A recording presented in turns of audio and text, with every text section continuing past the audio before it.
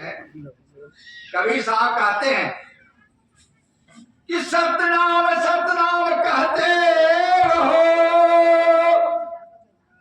जब लगी घट में प्राण, कब हो तो दीन दयाल को भनक पड़ेगी कान। कबीर साहब का सारा है सतनाम सतनाम कहते रहो, जब लगी घट में प्राण, कब हूं तो दीन दयाल को भनक पड़ेगी कान। हम किसी को बुलाएंगे तब वो हमारे यहाँ आएंगे, और नहीं बुलाएंगे तो आएंगे। तो कबीर साहब कहते हैं जब तुम परमात्मा को खोजोगे बुलाओगे तब तो परमात्मा आएंगे। आज हमारे दिनेश साहब गुरुजन को खोजे, संतों को खोजे, तब तो गुरुजन और संत इनके दरवाजे पधारे हैं। यदि नहीं खोजते थे तो कहां से दिनेश साहब के दरवाजे पर संत एवं गुरुजन पधारते थे, आते थे, लेकिन चले जाते थे। लेकिन आज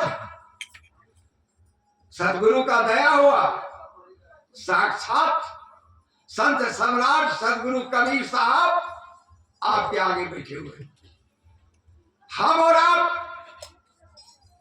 आज तक भटक रहे हैं, भगवान भगवान कह रहे हैं कि भगवान से दर्शन किसी को हुआ नहीं है, न होगा भी नहीं।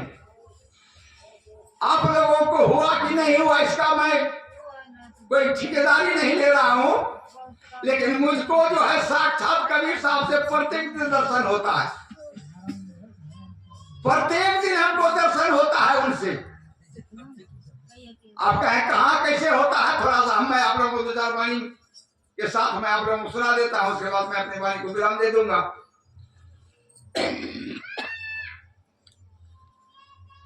अभी आप लोग कहाँ बैठे हुए हैं? सत्संग में। सत किसका नाम है? ललन बाबा। सत्य क्या है? सत्य ईश्वर है, बाकी सब असत्य है। आप अभी ईश्वर के गोद में बैठे हुए हैं।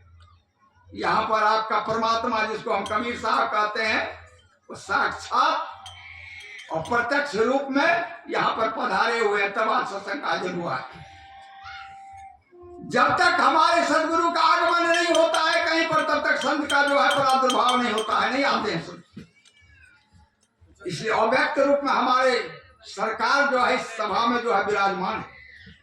धर्मदास जी कहते हैं सदगुरु से कि ढूंढ ढूंढ मैं हारा सदगुरु, पायो न दरस तुम्हारा सदगुरु, पायो न दरस तुम्हारा सदगुरु, पायो न दरस तुम्हारा सदगुरु, पायो न दरस तुम्हारा।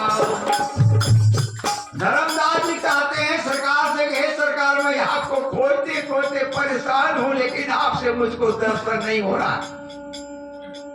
धर्मदास जी से साहब कह रहे हैं विचार कीजिएगा।